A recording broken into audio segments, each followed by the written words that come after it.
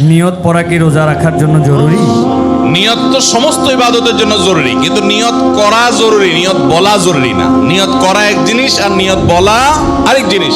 মুখে নিয়ত বলে আর অন্তরে নিয়ত করে, অন্তরে নিয়ত করে আর মুখে নিয়ত বলে।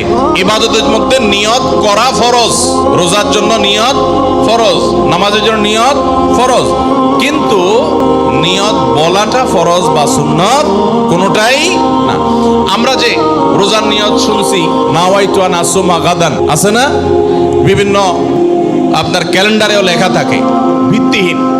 নবী করিম সাল্লাল্লাহু আলাইহি সাল্লামের কোন জয়ীফ জাল হাদিসেও এরকম রোজার কোন নিয়তের কথা কোথাও বর্ণিত হয় নাই।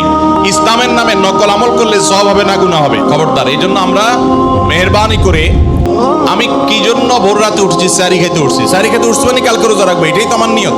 মনের ইচ্ছা আছে, ইন্টেনশন আছে, এটাই নিয়ত। মুখে আলাদা নিয়তের উচ্চারণ দরকার নাই।